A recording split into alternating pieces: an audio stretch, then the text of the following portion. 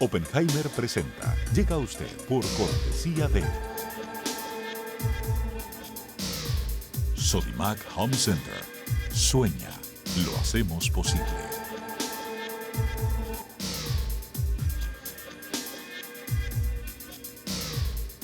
Jingle, líderes en administración integral de capital humano.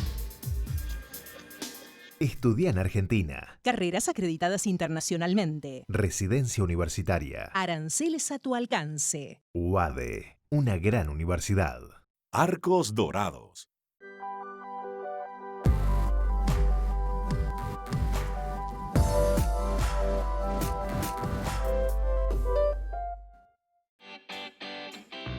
Ingresa en lacaja.com.ar, asegura tu auto y llévate un 15% de descuento por medio año. La Caja, así de simple. ¿Sabías que según un estudio de la Universidad de Oxford, casi la mitad de los trabajos actuales podrían dejar de existir en 10 años? La inteligencia artificial llegó para quedarse. ¿Cómo te va a afectar la automatización? ¿Cuáles son los trabajos del futuro? Andrés Oppenheimer te lo cuenta en su nuevo libro, Sálvese quien pueda. Y no te quedes atrás. Encuéntralo en librerías.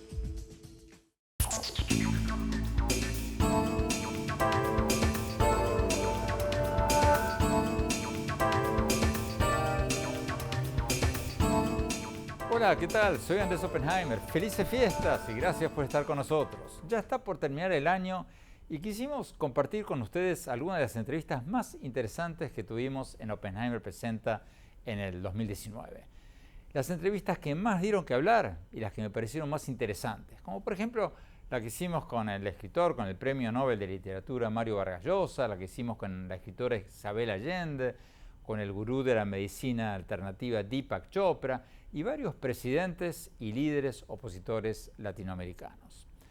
Empecemos con la política. Uno de los temas que abordamos mucho este año fueron los cambios en México con el nuevo gobierno del presidente Andrés Manuel López Obrador. Desde muy temprano en su presidencia, López Obrador anunció que se iba a enfocar más en los temas internos del país que en los asuntos externos. No viajó a ningún otro país durante el primer año después de su elección. Se declaró neutral en el conflicto de Venezuela y fue el primer presidente mexicano en mucho tiempo en no asistir a la cumbre del G20, la reunión de los presidentes de los países más grandes del mundo, a la que muchos presidentes latinoamericanos quisieran ir para poder sentarse y discutir privadamente con los principales líderes mundiales.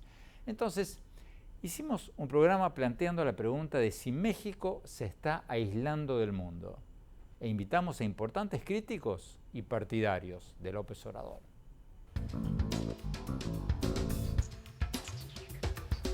México es y debe ser un jugador clave en el concierto mundial, en las cosas que ocurren en el mundo, por su tamaño, por su población, por el tamaño de su economía.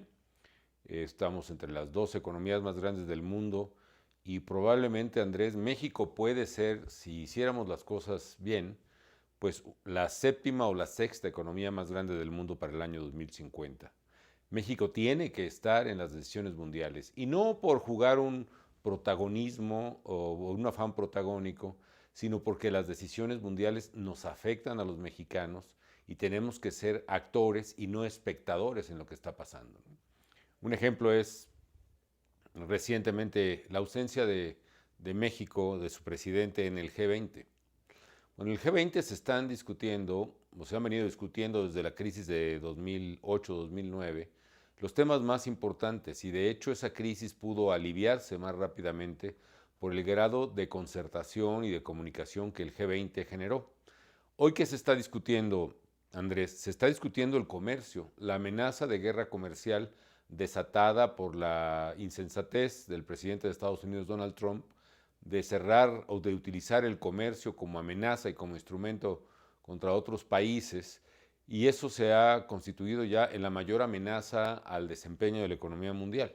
Bueno, eso se discute en el G20 y México quizá va a ser el país más afectado por una guerra comercial en el mundo por su alta dependencia exportadora hacia Estados Unidos. ¿Qué pudo haber hecho el presidente de México en el G20? En primer lugar, vertir su opinión y su presencia precisamente donde están los líderes del mundo que representan al 85% del Producto Interno Bruto Mundial. Senador, ¿acaso no fue un error mayúsculo del presidente López Obrador no haber ido a la cumbre del G20 en Japón? ¿Qué responde usted a esa crítica? Mire usted, a mí en términos personales debo decirle que sí hubiera yo preferido que el presidente López Obrador asistiera a la reunión del G20, también a la reunión de la Alianza para el Pacífico, pero eso es quizá una percepción hasta cierto punto subjetiva mía. Lo importante es entender que lo que determina la presencia de México en el mundo no es que asista uno o que asista el jefe del Estado a tal o cual conferencia, sino cuáles son las condiciones reales del país. En la medida en que tengamos una mejor situación interna, solo así tendremos la credibilidad ante el concierto de las naciones. Entonces, lo que hay que observar es qué progresos va haciendo México en cuanto a resolver las cuestiones fundamentales, los problemas esenciales del país, es decir, la inaudita corrupción, la grosera desigualdad, todos estos problemas estructurales de México. Irlos resolviendo, eso determinará nuestro peso internacional.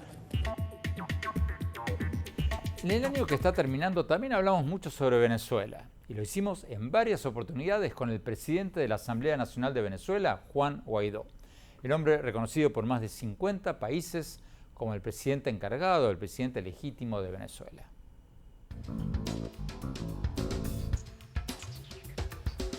Hablemos de las sanciones de Estados Unidos. El embargo o el semi-embargo, porque no es un embargo completo, o las sanciones, como queramos llamarlo, de Estados Unidos, ¿no van a ser contraproducentes? ¿No van a hacer aumentar el éxodo de venezolanos? Lo que, como decíamos antes, podría dejar a Maduro con una población con menos bocas que alimentar y una población más fácil de controlar. ¿No podría ser contraproducente eso? Debemos recordar, Andrés, que hoy Venezuela vive una crisis humanitaria compleja de 7 millones de venezolanos, que según la FAO, 21 millones de venezolanos hoy se acuestan con hambre. Esas sanciones son de hace menos de 3 días. 65% de contracción del PIB en 6 años. Es decir, la crisis, la emergencia humanitaria, la falta de oportunidades, la inseguridad, son absoluta responsabilidad del régimen de Nicolás Maduro Moros, incluso recogido así en el informe de la alta comisionada de Derechos Humanos, Michelle Bachelet, presentado en la ONU. Lo que buscan las sanciones es limitar, que el régimen no puede utilizar los fondos del Estado para generar control social, para financiar grupos irregulares, para robarse el dinero de los venezolanos, como además uno de los casos, un funcionario, el tesorero de la Nación, se declaró culpable por $1.200 millones en sobornos que recibió. Entonces lo que estamos previniendo es que se roben el dinero de los venezolanos, que lo utilicen para ejercer control social y mucho peor, para financiar bandas delictivas que ellos llaman colectivos, pero la verdad son paramilitares urbanos para hostigar a la ciudadanía. Así que son no solamente necesarias para ejercer presión, pero también para prevenir un desastre en Venezuela. También hablamos mucho sobre el éxodo de venezolanos, los más de 4,5 millones de venezolanos que han huido a otros países en los últimos años, la mayoría de ellos a Colombia. Hablamos de eso con el presidente de Colombia, Iván Duque.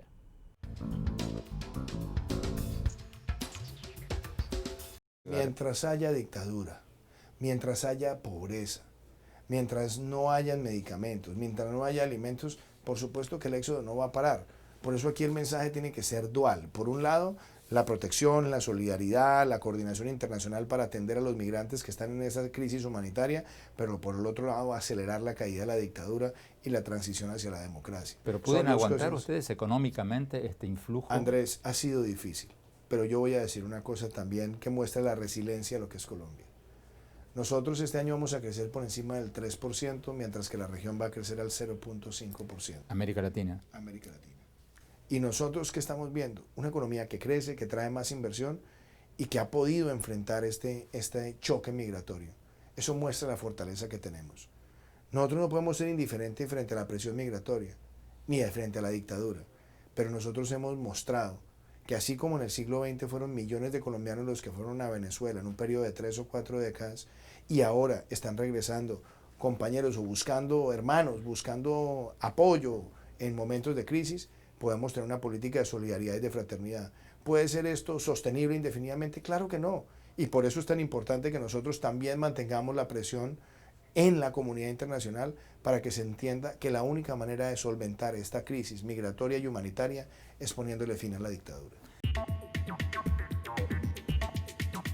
Tenemos que ir a un corte y les recuerdo que pueden ver todas nuestras entrevistas completas en nuestro canal de YouTube y pueden ver mis más recientes programas en mi blog de internet, andresopenheimer.com. No se vayan, ya seguimos con las entrevistas con el Premio Nobel Vargas Llosa, la escritora Isabel Allende, el gurú de la medicina alternativa Deepak Chopra y varios otros de nuestros invitados. No se vayan, ya volvemos.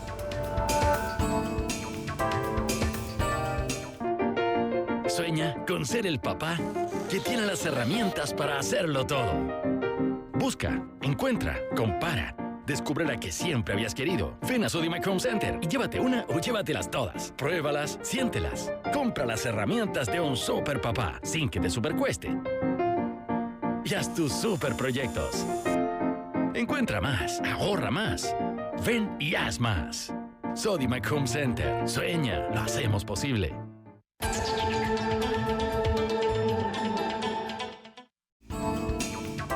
Gracias por seguir con nosotros. Estamos recapitulando las entrevistas que más dieron que hablar que hicimos en Oppenheimer Presenta este año.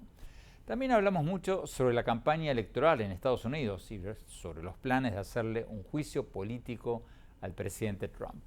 Curiosamente, la entrevista más comentada en las redes sociales no fue a una cara conocida para el gran público, sino al profesor de American University, Alan Lichtman.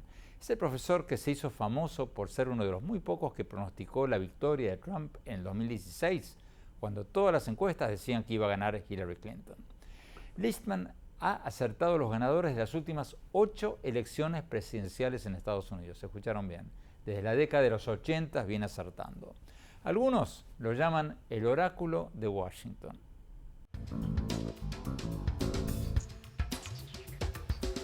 ¿Por qué estoy diciendo que los demócratas deberían impugnar a Donald Trump, incluso si está bastante claro que los republicanos en el Senado no votarán por una condena al presidente? Los demócratas corren el peligro de caer en la misma trampa en la que cayeron en 2016.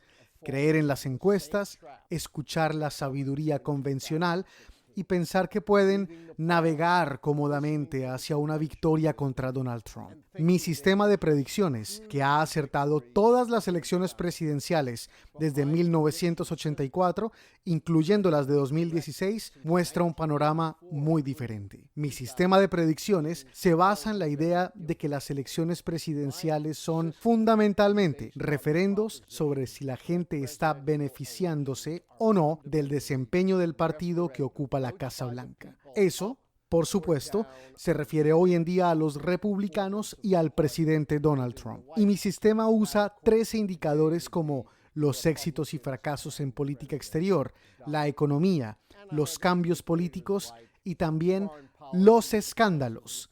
Y en este momento, los republicanos que están en la Casa Blanca han perdido solo 3 de los 13 indicadores. Los demócratas necesitan por lo menos 6 indicadores negativos para ganar. Entonces, un indicador crítico son los escándalos. Ese indicador podría desencadenar otros indicadores negativos para el presidente, como el surgimiento de un tercer partido político o un verdadero desafío dentro del Partido Republicano para la renominación de Donald Trump. Pero, ¿qué otro escándalo podría salir a la luz que no haya salido ya? ¿Qué cambiaría si se iniciara un juicio político en el Congreso después de todo lo que ya ha salido a la luz? En este momento, todo está disperso. Tienes investigadores en 6 o 7 comités de la Cámara de Representantes y el Senado. Tienes a Mueller, el fiscal especial Robert Mueller, diciendo una cosa. Tienes al fiscal general William Barr diciendo otra cosa sobre la investigación de Donald Trump. Todo esto juega a favor de Donald Trump, porque él es un maestro para desviar la atención pública, para la distracción y la obstrucción. Y mientras todo esté disperso, no hay una verdadera conciencia nacional sobre el escándalo. Con un juicio político, las cosas son diferentes. Les recuerdo que pueden ver todas nuestras entrevistas completas en YouTube y también pueden ver nuestros más recientes programas de CNN en mi blog de internet andresopenheimer.com. No se vayan, ya seguimos con las entrevistas con Mario Vargas Llosa, Isabel Allende, Deepak Chopra y varios otros de nuestros invitados estelares que tuvimos este año. No se vayan, ya volvemos.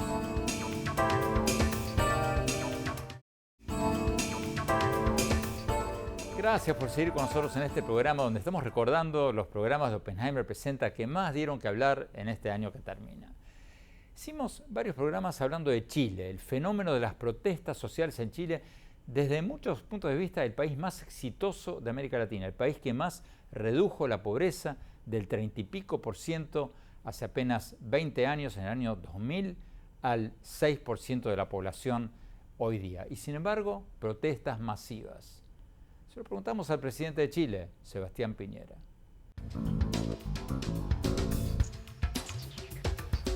Aunque todos los organismos internacionales están de acuerdo en que Chile ha sido un éxito en la reducción de la pobreza, que Chile ha reducido la pobreza más que casi todos los demás países latinoamericanos, muchos dicen que el problema ha sido el aumento de la desigualdad, de la brecha entre ricos y pobres.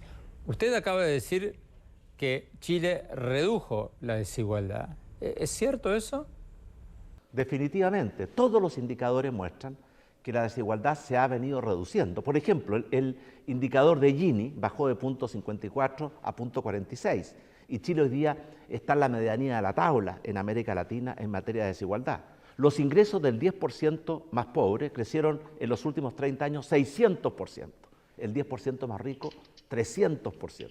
O sea, no solamente disminuyó la pobreza y emergió una gran clase media, también se redujo la desigualdad.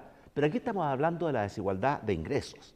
Yo creo que detrás de estas protestas hay una demanda por otra igualdad, que es por la igualdad de trato, la igualdad ante la ley, que no hayan abusos. En Chile usted sabe que tuvimos en los últimos años colusiones que golpearon muy fuerte a el alma de nuestro país. Colusiones en bienes esenciales como los medicamentos, el papel higiénico, los alimentos como el pollo.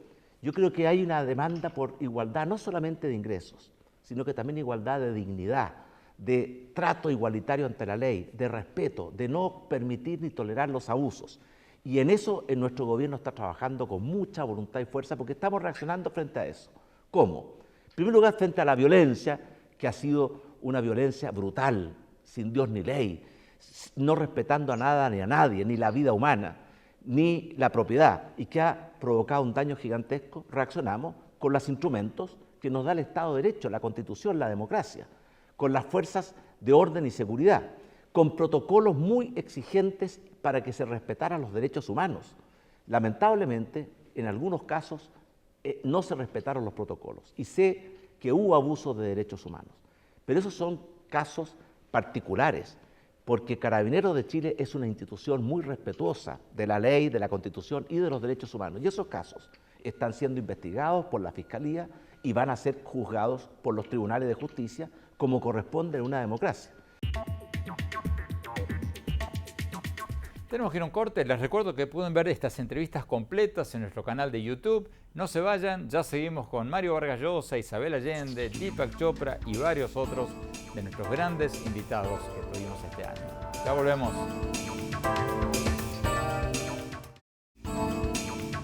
Gracias por seguir con nosotros en este programa donde estamos recapitulando los programas de Oppenheimer Presenta que más dieron que hablar en este 2019. Tuvimos como invitados a algunos de los escritores más famosos del mundo, incluyendo al premio Nobel Mario Vargas Llosa, a la escritora chilena Isabel Allende y a la bestseller mundial que escribió Las 50 sombras de Grey, la escritora británica E.L. James. Mario, hablemos un poco del populismo en el mundo. ¿Tú crees que Donald Trump fue un accidente histórico o el hecho que tengamos ahora tantos presidentes populistas, Boris Johnson, candidato en Gran Bretaña, el húngaro, Bolsonaro en Brasil, etcétera, etcétera, son indicaciones del inicio de una época populista? ¿Dónde estamos? ¿Estamos ante un fenómeno El populismo en ninguna parte ha tenido buenos resultados. El populismo ha sido catastrófico. En Italia el populismo está trayendo mejoras para los italianos en absoluto. Italia está en una situación verdaderamente crítica y está en la dirección de lo que fue Grecia. Esa es más o menos la situación de Italia gracias al populismo. En Estados Unidos, Trump ha traído beneficios, ventajas, algunos sectores muy minoritarios, pero yo creo que en general en Estados Unidos hay una sensación de que con Trump en la presidencia, Estados Unidos ha ido perdiendo terreno cada vez más, ha creado un conflicto con sus aliados de toda la vida, la demagogia de la presidencia está dañando profundamente a las instituciones democráticas de Estados Unidos.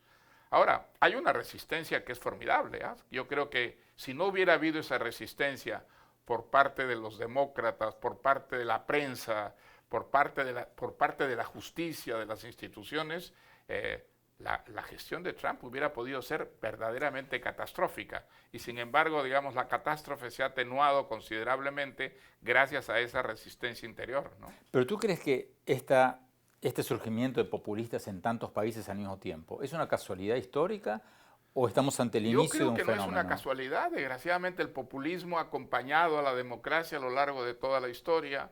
Ha habido, digamos, accidentes democráticos por culpa del populismo en los países más avanzados, Alemania, Francia, de tal manera que no hay que aterrorizarse y sobre todo no hay que caer en el pesimismo, ¿no? La democracia de todas maneras sigue ganando terreno. Cuando uno tiende a desmoralizarse hay que pensar que el mayor enemigo que tuvo la democracia, que fue la Unión Soviética, desapareció. Y desapareció por incompetencia interna, por su incapacidad de satisfacer, digamos, los anhelos más elementales de los soviéticos, que China popular renunció a la revolución y renunció al marxismo, leninismo, sigue siendo una dictadura, pero digamos es una dictadura capitalista. China es el mejor ejemplo de que el capitalismo supera largamente al colectivismo, al estatismo que traía el marxismo. Entonces, yo creo que eso debería... Capitalismo sin derecho de huelga, sí. Capitalismo extremo. Y después, fíjate, en América Latina, cuando yo tiendo a desmoralizarme, digamos, cuando pienso en Maduro, cuando pienso en Bolsonaro, recuerdo la América Latina de mi juventud, donde solamente había dictadores. Las excepciones eran poquísimas, eran Costa Rica, Chile, Uruguay, y después todo el resto eran dictaduras. Hoy día, pues, comparado con esa América Latina, estamos mejor. Tenemos gobiernos corruptos, pero una democracia corrupta es preferible a una dictadura, que siempre es más corrupta que la democracia. Entonces, aunque es difícil, aunque avanzamos poquito a poco, yo creo que la América Latina, sobre todo la América Latina de mi juventud, ha ido progresando, Yo creo que estamos en ese momento peligroso en que puede suceder y que si no hay suficientes fuerzas democráticas y instituciones democráticas para defendernos de eso, va a ocurrir, porque ya ha ocurrido antes, es cuestión de mirar la historia. Mira, con el ascenso de Hitler o de Mussolini, nadie pensaba que iba a ocurrir una cosa como esa, que el fascismo iba a tener esa cara hasta que la tuvo. Y hay que tener mucho cuidado, uno cree que esas cosas le pasan a otros, hasta que le pasan a uno. Tú vives en San Francisco, que es la ciudad anti-Trump por naturaleza. Yo le pregunto a muchos amigos que viven ahí en California si conocen a alguien que apoya a Trump y me dicen que no conocen a nadie. Pero en el resto del país, como tú bien sabes, es diferente. ¿Tú crees que lo reeligen a Trump el año que viene? Puede ser. Si la economía está bien y si está bien dirigida su campaña, puede que sea reelegido. Tiene la ventaja de haber sido presidente, o sea, es una reelección. Y por otra parte, los demócratas, si no se ponen de acuerdo, van a tener un candidato que no va a ser capaz de enfrentarse a Trump. Todavía falta que se perfile ese candidato, pero de eso va a depender todo. ¿Qué es lo que más te preocupa de Trump? Todo. la inmoralidad, la corrupción, la falta de valores, el ataque sistemático a las instituciones que han sostenido la democracia americana, desde la justicia hasta el Congreso y, por supuesto, pasando por la opinión pública, por los medios de prensa. ¿Crees que estos fenómenos que acabas de describir van a dejar una huella permanente en Estados Unidos o no? Depende. Si Trump se queda en el gobierno por 8 años con el sistema que tiene hoy, por supuesto que el daño puede ser irreparable. Pero no nos olvidemos que Estados Unidos es un país formado sobre una idea. Es la primera vez que un país nace de una teoría. Siempre los países se formaron de manera orgánica, fueron como creciendo de a poco. Pero un grupo de hombres ilustres se pone de acuerdo para crear un país sobre la base de ciertos principios y dice, esta es nuestra constitución, estas son nuestras instituciones, son nuestros principios morales que van a sostener a este país. Y con todo lo que le ha pasado a Estados Unidos, incluyendo la guerra de secesión, se han sostenido esas instituciones.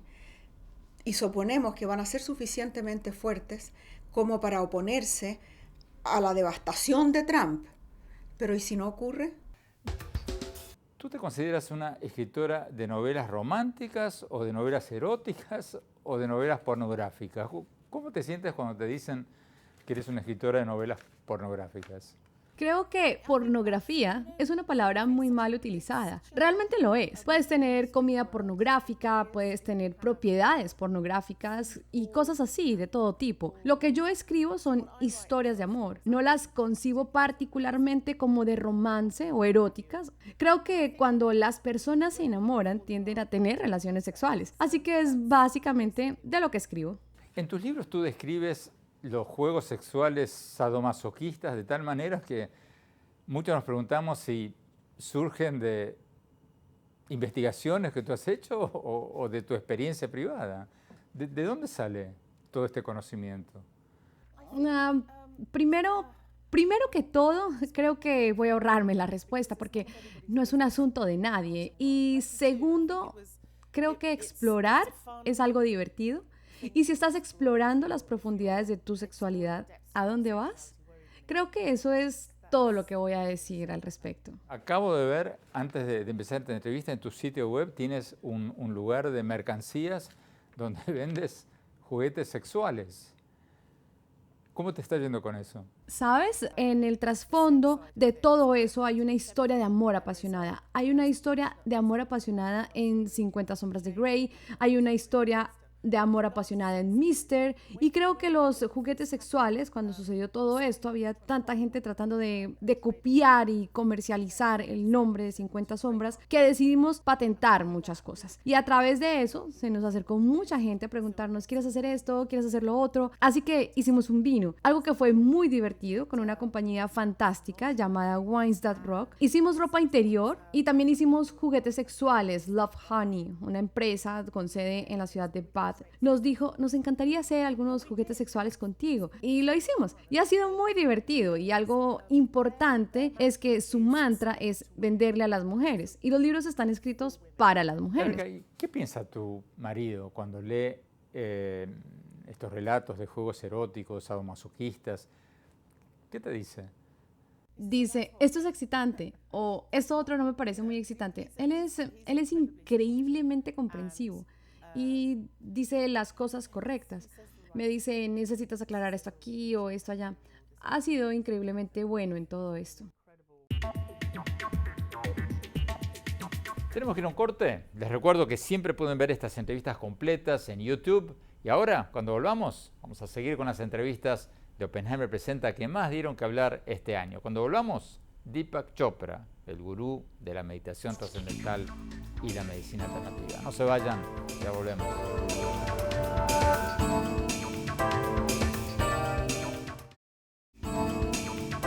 Gracias por seguir con nosotros en este programa donde estamos recordando los programas de Oppenheimer Presenta que más ruido hicieron, que más dieron que hablar en este año que termina. Además de hablar de política, de economía, de tecnología, de innovación, también hablamos de temas más profundos con el gurú de la meditación trascendental y la medicina alternativa, Deepak Chopra.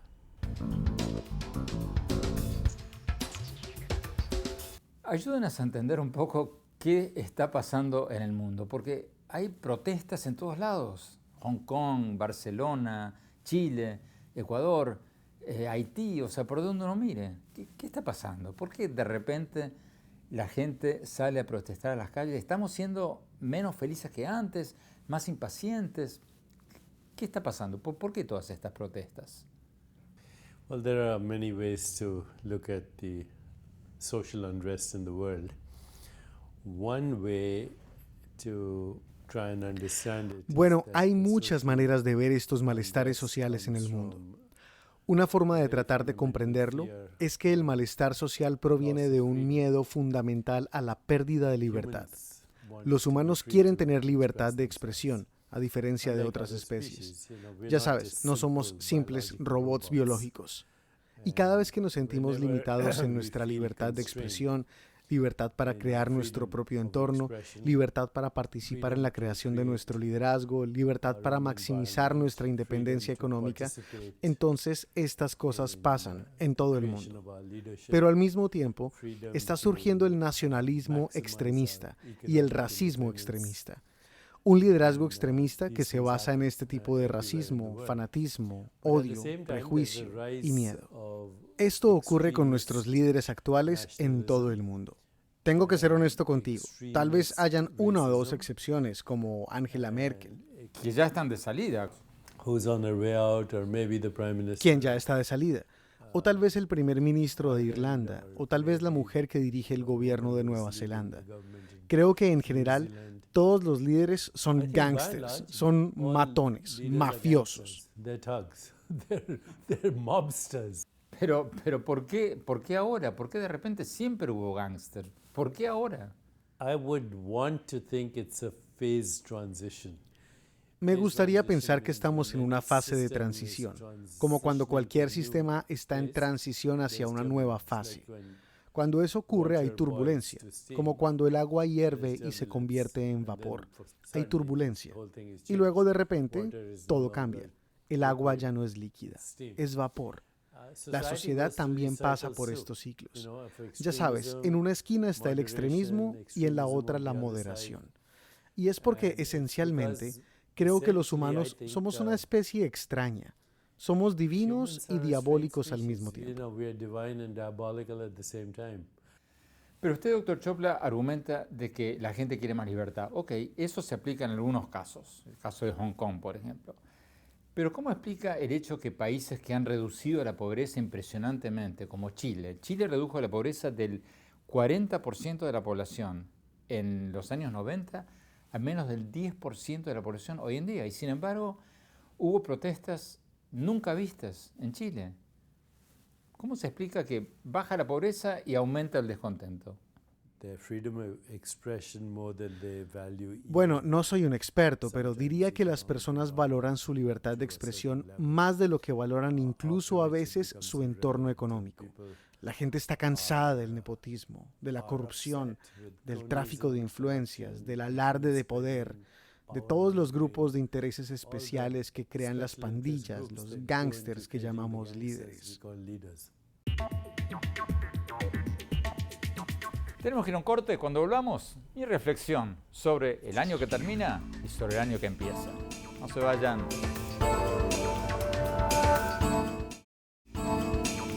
Muchas gracias por seguir con nosotros. Bueno, se nos fue el año, rapidísimo. Fue un año lleno de conflictos y de crisis en todos lados. En Venezuela, en Bolivia, en Chile, en Colombia, en Ecuador, pero también en Hong Kong, en Teherán, en Estambul, en Barcelona, en Moscú, en París. Muchos dicen que el mundo se está cayendo. Y es cierto que la polarización social está aumentando. Por el internet, por las redes sociales, por la desinformación que la gente se pasa de una a otra por WhatsApp, sin verificar que vengan de un diario, de una cadena de televisión confiable. Todo eso está haciendo crecer el nivel de crispación social en todas partes. Pero por otro lado, tenemos que poner las cosas en perspectiva y mirar las cosas en contexto. Lo cierto es que hoy el mundo está mucho mejor de lo que estaba, por lo menos hace centenares de años. Aunque muchos no los crean, vivimos más y mejor. Si no me creen, miren las cifras comparativas de la evolución del mundo que aparecen en el sitio de internet ourworldindata.org. Son datos del investigador de la Universidad de Oxford, Max Rosser. Ahí, en ese sitio de internet, se comparan los datos de expectativa de vida, de pobreza, de nutrición, de percepción de felicidad y muchas otras cifras. Les comparto algunas. Hace apenas 400 años, el promedio de expectativa de vida en el mundo era de apenas unos 40 años. La gente vivía unos 40 años, un poco más, un poco menos, pero por ahí andaba la cosa. Hoy vivimos casi el doble. El promedio de vida mundial hoy es de 72 años. Y en algunos países, como Japón, ya llega a más de 84 años. Otro dato. Hace apenas 30 años, en 1990, más de 12 millones de niños por año se morían antes de llegar a los 5 años. Hoy esa cifra ha caído a menos de la mitad, a 5.4 millones de niños. Otro dato. Hoy día, aunque parezca mentira porque estamos mucho más conectados que antes, hay muchas menos guerras que antes. Desde la Segunda Guerra Mundial, el número de muertos en combate, en guerras a nivel mundial, cayó de más de 546.000 soldados en 1950 a 87.000 en el 2016. Muchísimos menos. Y la pobreza, lo mismo, el porcentaje de la población mundial que vive en la pobreza bajó muchísimo, aunque todavía hay niveles de pobreza e inequidad obscenos, por supuesto, en algunas partes del mundo. Yo, cada vez que alguien me muestra el vaso medio vacío y me dice que el mundo está cada vez peor, le pregunto esto. Tú, en tu caso particular, ¿preferías haber nacido e ido, por ejemplo, al dentista a que te saquen una muela hace 200 años? ¿Cuando te sacaban un diente con una tenaza sin anestesia? ¿O preferías haber nacido más recientemente e ir al dentista hoy cuando te ponen una anestesia local con gusto a fresa y ni te das cuenta? Por supuesto que vivimos mejor hoy que antes. Pero eso no significa que tengamos que cruzarnos de brazos, ni tolerar la pobreza, ni la corrupción, ni el autoritarismo, ni los populismos que existen en muchas partes, desde Estados Unidos hasta la Argentina. Por eso, mi deseo de fin de año para todos es que tengamos, por supuesto, un año con mucha salud, claro, pero también con ganas de vivir nuestras vidas con esos 3 principios maravillosos que empiezan con la letra P. Propósito, pasión y paz. Les deseo a todos un 2020 lleno de propósito, pasión y paz. ¡Felices fiestas!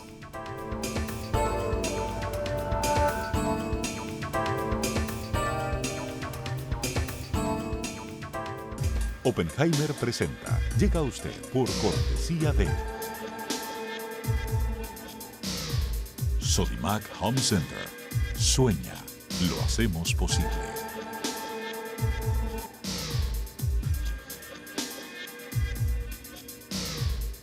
Jingle, líderes en administración integral de capital humano. Estudia en Argentina. Carreras acreditadas internacionalmente. Residencia universitaria. Aranceles a tu alcance. UADE, una gran universidad. Arcos Dorados.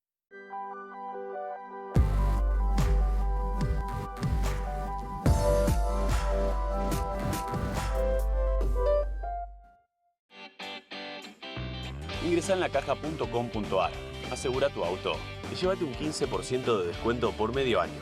La Caja, así de simple. ¿Sabías que según un estudio de la Universidad de Oxford, casi la mitad de los trabajos actuales podrían dejar de existir en 10 años? La inteligencia artificial llegó para quedarse. ¿Cómo te va a afectar la automatización? ¿Cuáles son los trabajos del futuro? Andrés Oppenheimer te lo cuenta en su nuevo libro, Sálvese quien pueda. Y no te quedes atrás. Encuéntralo en librerías.